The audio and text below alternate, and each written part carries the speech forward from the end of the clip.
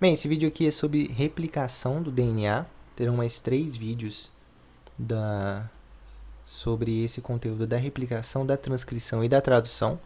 Eu vou explicar ele desse jeito não editado, tudo meio que abrindo as guias no computador e mostrando pela tela aqui mesmo, de um jeito bem, né, como se estivesse mostrando para alguém mesmo. Nada muito bem construído, mas espero que sirva.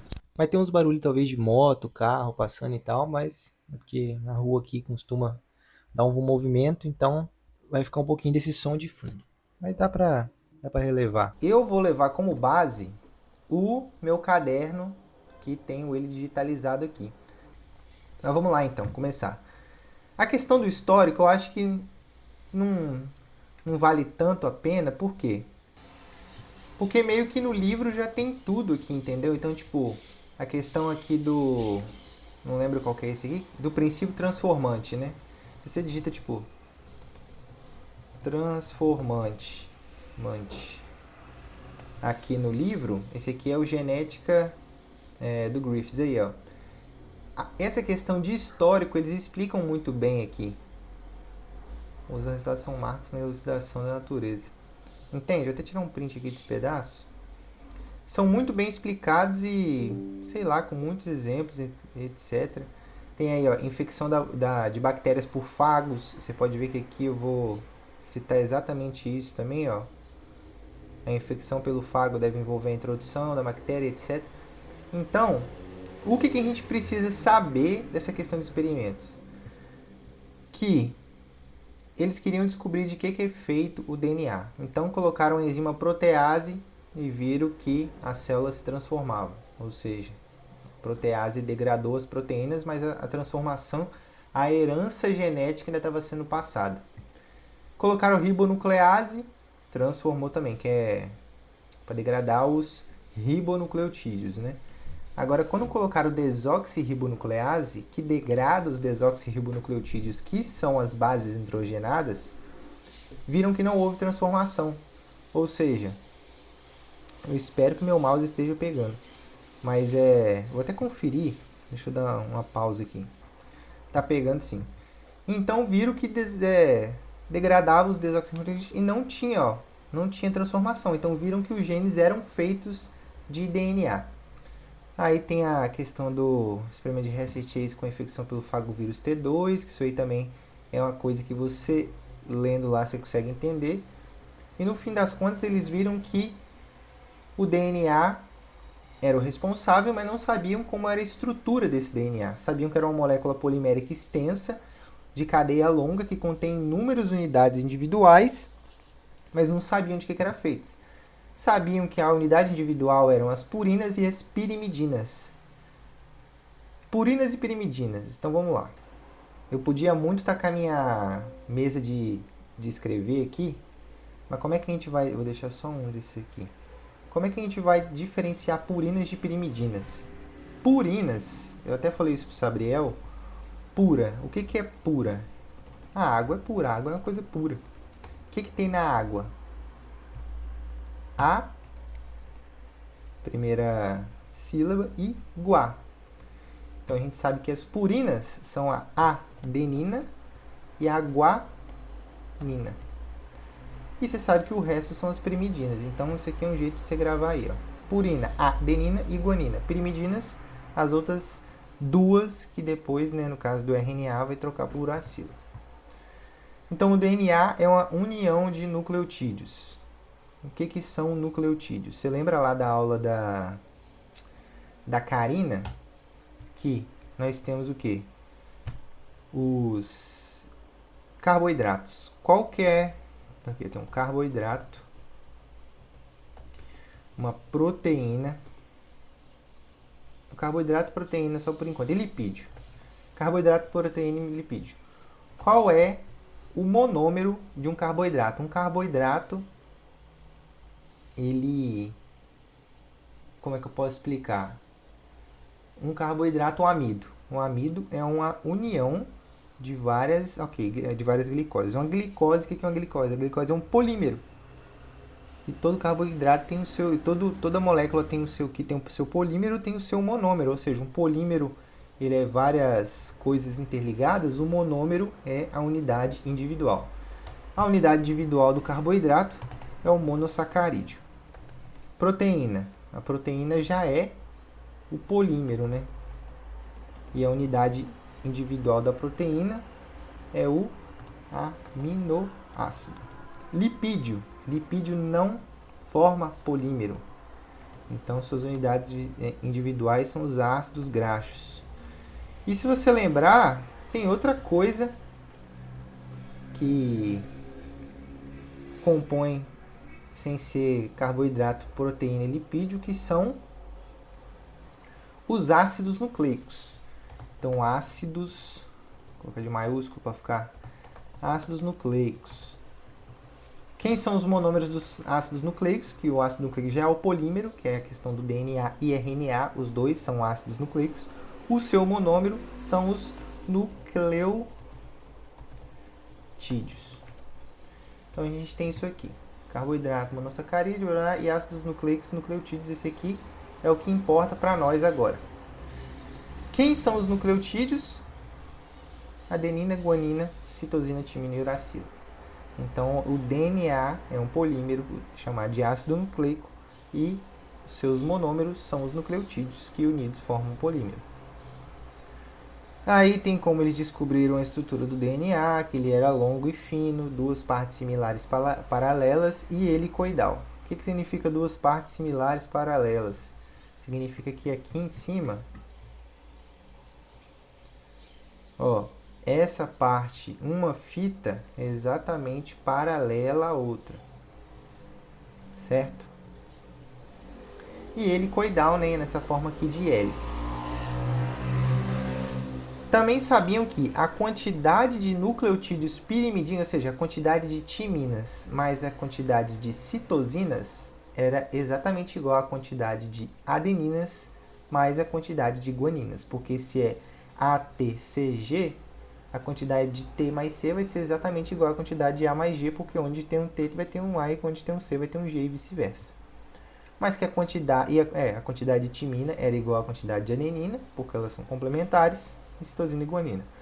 Mas se eu somar as adeninas e as timinas, não necessariamente vai dar igual citosina mais guanina. Por que isso? Porque se você for parar para ver aqui, por exemplo, que eu tenho um AT, AT, AT, AT, AT. Embaixo vai ter AT, AT, AT, AT, AT, AT também. E aqui eles são, na verdade, TA, né? Sendo eles complementares, ó. Quando tem um T, tem que ter um A. Não necessariamente, pode ter um C, ATCG. Pode ter um C e um G aqui se ligando depois, ó, que não vai ser igual. Se eu somar a quantidade de C mais G, não precisa ser igual a quantidade de A mais T. Então foi isso que ele conseguiu dizer, que ele quis dizer, entendeu? Que não necessariamente isso aqui precisa ser igual. Pode ter um pedaço da fita só de AT e outro pedaço só de CG, e isso vai ficar desproporcional. Então descobriram que era uma estrutura de tridimensional dupla hélice que continha 2 polinucleotídeos. As bases nitrogenadas iam estar empilhadas no seu interior, assim como a gente vê nessa imagem aqui. As bases, ó, estão empilhadas uma em cima da outra e interagiam por pontes de hidrogênio. O que significa? Essa ligação aqui entre o AT e o CG é muito forte e são feitos por pontes de hidrogênio, que é a ligação mais forte da força de London, né? Eu acho que era a mesma coisa que força de London na química. E a gente vê que entre AT tem 2 pontes de hidrogênio e entre CG tem 3 pontes de hidrogênio, ou seja, é muito mais difícil você romper uma ligação entre CG do que de AT. Os dois filamentos têm sentidos inversos. Ocorrem 10 pares de base por giro de hélice, ou seja, cada vez que essa hélice dá um giro, aqui tem que ter 2, 4, 6, 8, esse aqui conta, 10. 4, 6, 8, 10. Então, a cada 2 giros de hélice, cada um giro de hélice tem 10 pares de base. E os dois filamentos têm sentidos inversos, ou seja, uma polaridade inversa. Por isso que elas são complementares. Então, uma ponta vai ser 5' Aqui não tem o desenho das 5 linhas, só tem nesse desenho do lado, só que aí já vai a próxima explicação. Deixa eu tentar achar aqui uma que tem os dois, calma. Não achei do jeito que eu queria não, mas dá para entender mais ou menos. Ó. Então uma ponta vai ser 5 linhas, a ponta da outra 5 linhas da outra fita está lá embaixo, ou seja, elas são inversas, né? São complementares, porém com polaridade diferente. O que significa ser 5 linhas e 3 linhas? Significa isso aqui, ó. Que a fita tem que acabar em algum pedaço. Por quê? Isso aqui é uma coisa que o Sabriel também não estava ligado.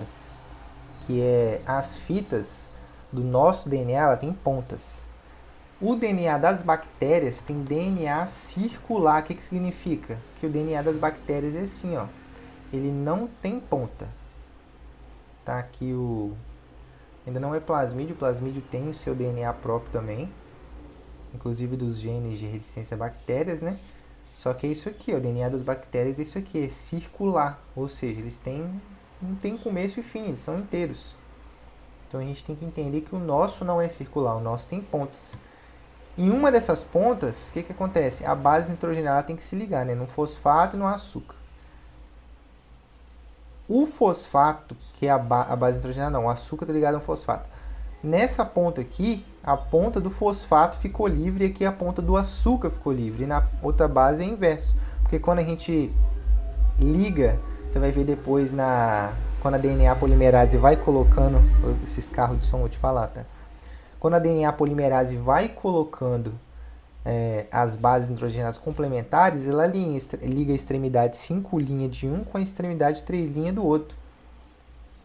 E aí, uma hora... É como se você pegasse, quer ver? Eu vou dar um exemplo aqui de um... Aí, fiz aqui um esqueminha. Provavelmente esses cortes aí, é que eu só tô pausando aqui no computador mesmo. Então, o que acontece? As bases nitrogenadas estão aqui, ó. Aí, a DNA polimerase, quando o DNA tem que, né, ser polimerizado, virar um polímero, ela vai colocando os nucleotídeos, tipo, a extremidade 3' de um se liga à extremidade 5' do outro.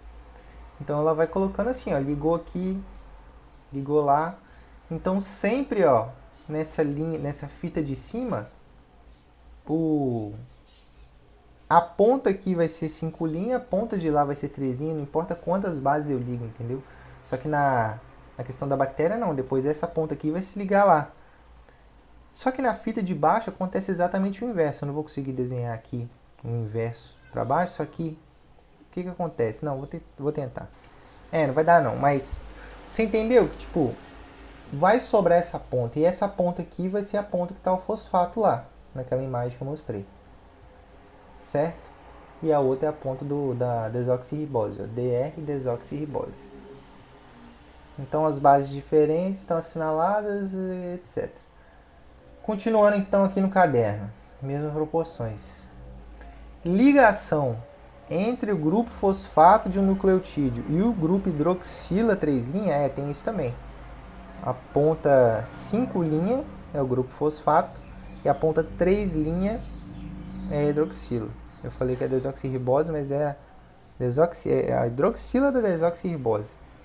No nucleotídeo adjacente, eu falei que nucleotídeo é feito de bases nitrogenadas, como se fosse só a base que fosse o nucleotídeo, mas não. O nucleotídeo, a base nitrogenada é uma unidade. O nucleotídeo é a unidade do ácido nucleico. Só que o nucleotídeo, ele é uma base nitrogenada, mais uma pentose, mais um fosfato, que no caso do DNA é desoxirribose. Então, o nucleotídeo ele tem essas três coisas juntas. Não sei se eu acho uma imagem aqui, mas ele conta então o nucleotídeo é isso aqui tudo, ó. No caso dessa guanina, é a guanina mais a desoxirribose mais o grupo fosfato. E a ligação entre o grupo fosfato de um nucleotídeo e o grupo hidroxilo 3' porque o grupo fosfato vai ligar no grupo 3' do nucleotídeo adjacente, ou seja, do lado, que forma uma espécie de espinha dorsal, isso é chamado de ligação fosfodiéster. Eu ia comentar alguma coisa aqui em relação a isso, mas é isso, vamos tocando. Então a estrutura sugeria que existia uma sequência de pares de nucleotídeos que dita a sequência de aminoácidos de uma proteína. Isso seria o código genético. O DNA era arranjado por proteínas histonas de 5 tipos de proteínas. A H1 servia como ligante entre os nucleossomos, o octônio de histonas mais 2 voltas do DNA. Tá, isso aqui por enquanto, forma tridimensional. Isso aqui eu sei que ele falou que são as formas que podem ter, forma A, forma B ou forma Z. Que também é mais por curiosidade, geralmente não é muito cobrado não. Aí depois eles foram para a estrutura do RNA, que também era um polinucleotídeo, só que em vez do açúcar ser uma desoxirribose, era uma ribose e continha uma uracila em vez de uma timina. Então, onde tem T, vamos trocar para U, só isso. E era fita simples, não era fita dupla, assim como no DNA. São 3 os tipos de RNAs possíveis. RNA mensageiro, que vai ser formado lá na transcrição. Lembrando que a gente tem a replicação, a transcrição e a tradução. O RNA mensageiro vai ser formado lá na transcrição de uma fita de DNA e faz o transporte da informação genética do núcleo para o citoplasma. Depois a gente vai mostrar uma imagem lá, mas só para dar um spoiler. Por que se fala, né, nessa coisa de levar a informação do núcleo para o citoplasma? Porque, por exemplo, no caso das bactérias, ela não tem um envoltório nuclear onde vai ficar o material genético. O material genético fica ali meio que, entre aspas, solto no citoplasma. Então fica aqui, ó, tudo ali, tudo junto. Já na célula eucarionte, não. O material genético está envolto pelo envoltório nuclear. Que eu não me engano, a Karina, não sei se ela era contra ou era a favor esse termo de envoltório nuclear. E pelo complexo de poros do envoltório nuclear é onde vai passar o RNA mensageiro. Por quê? A síntese de proteínas ocorre no citoplasma. Então essa informação está lá dentro do núcleo, tem que sair para o citoplasma. É o RNA mensageiro que vai fazer essa função. O RNA de transferência vai agir junto com o RNA ribossômico, ribossomal, e ele é um RNA estrutural, mas também participa da síntese proteica. É chamado de RNA estável ou de vida longa, porque comparando ao RNA mensageiro, que é meio que efêmero, podemos dizer assim. Ele que vai carregar os aminoácidos e que vai conter o anticódon, que vai trabalhar na síntese de proteínas, também chamada de ligação peptídica. Ele que vai fazer a ligação peptídica para formar as proteínas. E o RNA ribossômico, que ocorre nos ribossomos e atua na tradução. Essa é a função dele. Então a gente chega no dogma central da biologia, desenvolvido por Crick, que é o quê? O DNA ele vai se replicar, mas ele também vai ser transcrito num RNA mensageiro que vai ser traduzido numa proteína. Então a gente vai agora entrar no funcionamento do material genético.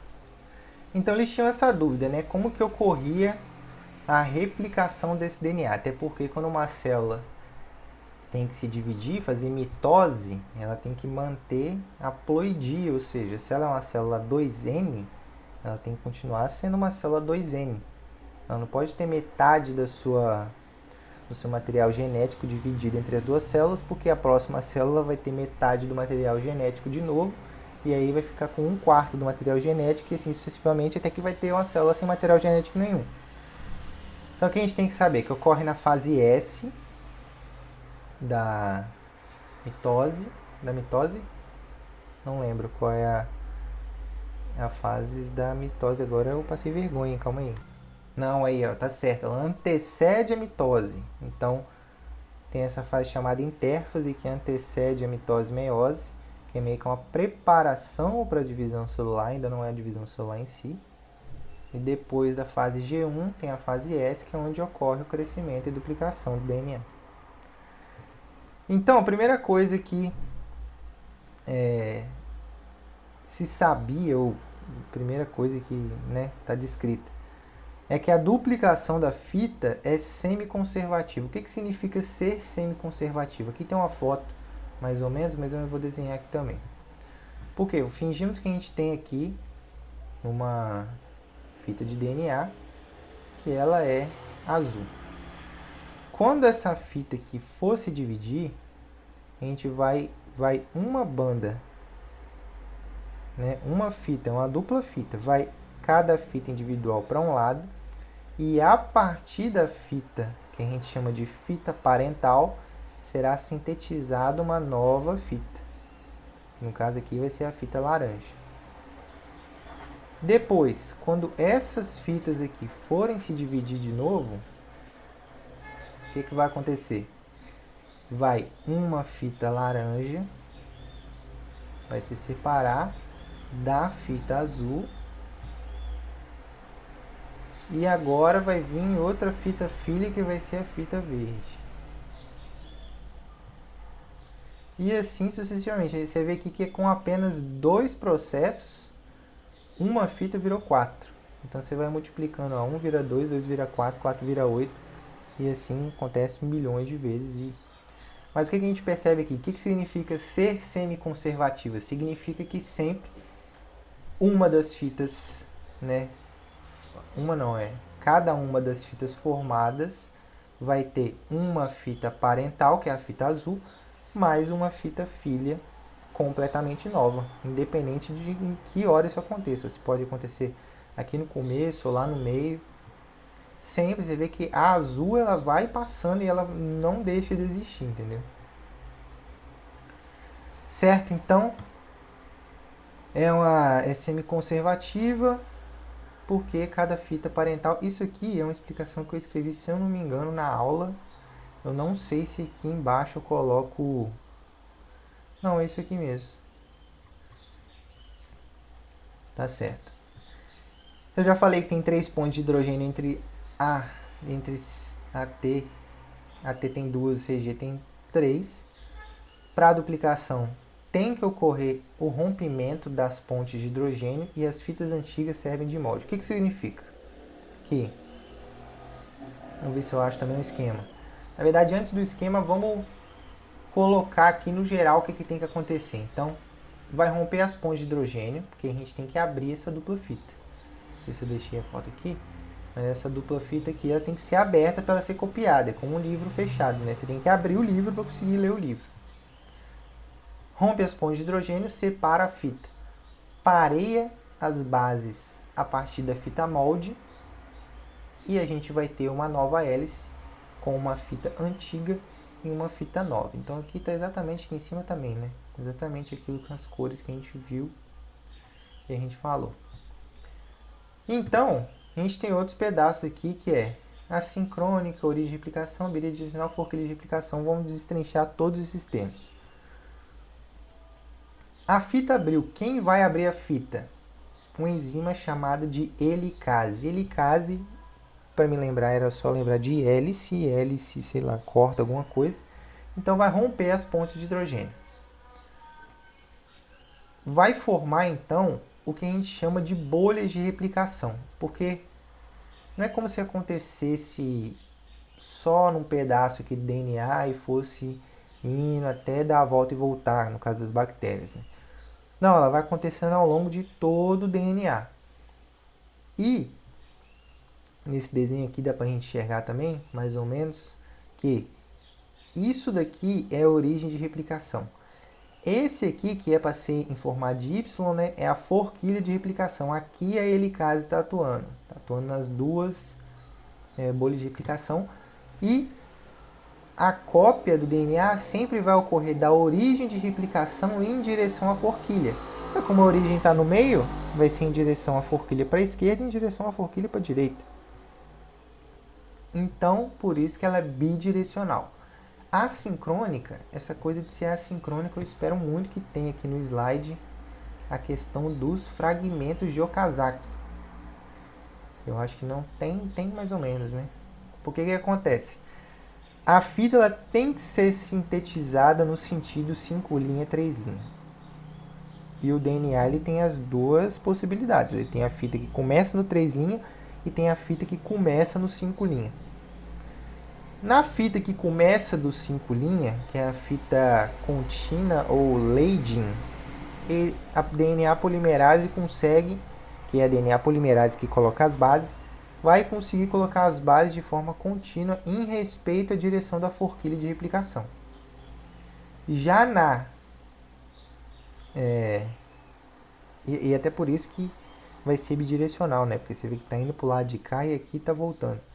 Mas já na fita descontínua, ou lagging, ou fita retardada, a DNA polimerase, para manter o respeito à forquilha de replicação, ela vai ter que colocar as bases meio que indo para trás, entendeu? Considerando que a fita contínua fosse para frente, vai ter que colocar as bases indo para trás, então meio que ela espera a fita abrir um pouco e coloca. Por isso que aqui ele é picotado, né? Porque aqui a fita estava abrindo ainda, aí abriu uma quantidade que ela consegue polimerizar, colocou. Abriu mais uma quantidade e vai colocando no direção contrária da forquilha para respeitar o sentido 5 linha, 3 linha. Ou seja, a fita continua tendo 5 linha, 3 linha. Até que eu escrevi aqui, ó, a fita de baixo não consegue seguir continuamente, pois vai contra o sentido da forquilha, por isso forma-se os fragmentos de Okazaki, que só ocorrem na fita descontínua. A fita de cima forma uma cadeia contínua, pois o sentido é 5 linha, 3 linha e está correto. Se formam de forma assincrônica, a fita de cima contínua e a de baixo com leves atrasos. A DNA polimerase, então, vai ser a enzima que vai fazer a montagem colocar as bases nitrogenadas. A helicase vai ser a que cria a forquilha abrindo a dupla fita e rompendo a ligação entre as bases. Por quê? Quando você vai ver lá na PCR, para fazer, porque qual é a intenção da PCR? É a gente pegar um fragmento de DNA que a gente tem interesse em ver, estudar e etc. Só que esse fragmento de DNA, às vezes ele aparece uma vez. E a gente, para estudar ele, precisa de ter vários fragmentos desse. Então na PCR, o que você fala? Você fala lá para a DNA polimerase onde está esse fragmento, onde ele começa e onde ele termina. E você tenta fazer essa replicação desse fragmento, que seria semelhante à replicação do DNA, só que fora do corpo humano, fora do, não só do corpo humano, né, mas fora do ser vivo. Para você fazer fora do organismo o que a helicase faz, você precisa esquentar o DNA, aquecer, né, a 95 graus Celsius. Ou seja, o que a helicase consegue fazer na sua temperatura corporal de 36 graus, fora do organismo você precisa aquecer a uma temperatura de 95 graus Celsius. Ou seja, para você ver o poder de uma enzima, né, que é justamente catalisar uma reação, que catalisar significa acelerar a velocidade para que aquela reação aconteça. Uma reação que espontaneamente talvez nunca aconteceria, às vezes demoraria muitos e muitos anos, algumas até milhões de anos. Os oligonucleotídeos são os primers, que são também necessários na DNA, para a DNA polimerase saber aonde que ela tem que começar a colocar as bases nitrogenadas, ou seja, pequenas sequências de nucleotídeos que vão sinalizar para a DNA polimerase, ó, aqui que você coloca as bases nitrogenadas, a partir daqui.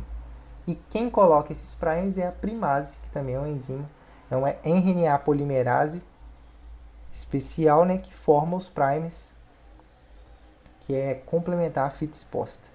Abriu a fita, o primer já vai atuar, ou seja, a primase já atua colocando onde tem que começar ali a replicação.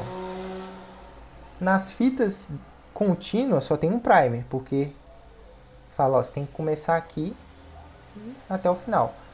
Já nas descontínuas não, tem vários, porque na fita descontínua tem vários fragmentos de Okazaki. Então cada vez, ó, ele colocou o primer aqui, ela sintetizou. Colocou outro primer aqui. Então no fragmento de Okazaki a gente vai ter vários primers sendo colocados por causa desse sentido contrário da abertura da forquilha. Para manter a forquilha aberta, existem proteínas chamadas de SSP ou SSB. Caramba, na época que, quarta-feira, quando eu expliquei para o Sabriel, não tinha visto que tinha essa anotação aqui. Que vão abraçar as bases recém-soltas até a DNA polimerase 3, que é a dos eucariotos, colocar as bases. O não fechamento da forquilha pela pressão delas em volta, não sei o que tá, basicamente se ligar.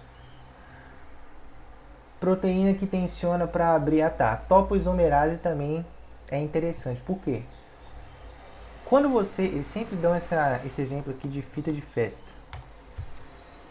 Se você pegar uma fita de festa dessa daqui e você, sei lá, segura o rolo aqui e rasgam ela aqui no meio e vai abrindo ela. Você vê que conforme você vai abrindo, ela vai enrolando nela mesma. Aqui já está até meio enrolada. Ela já vai enrolando nela mesma, ou seja, vai ficando tensionada. A topoisomerase tem exatamente essa função de evitar o giro do DNA. Que ela desfaz as bases. Eu tinha colocado a explicação dela aqui, mas não sei onde eu coloquei não. Mas ela desfaz aqui, ó. Tinha uma explicação da bonitinha, que ela era de dentro da... que eu anotei de dentro da sala, tô falando. Certinho, a explicação da forquilha. Caramba, dei mole demais. Mas vou dar uma passada aqui. Se você quiser pausar para ler dele aqui, ó. Vai pausando aí e lendo. Que você vai ver que é exatamente...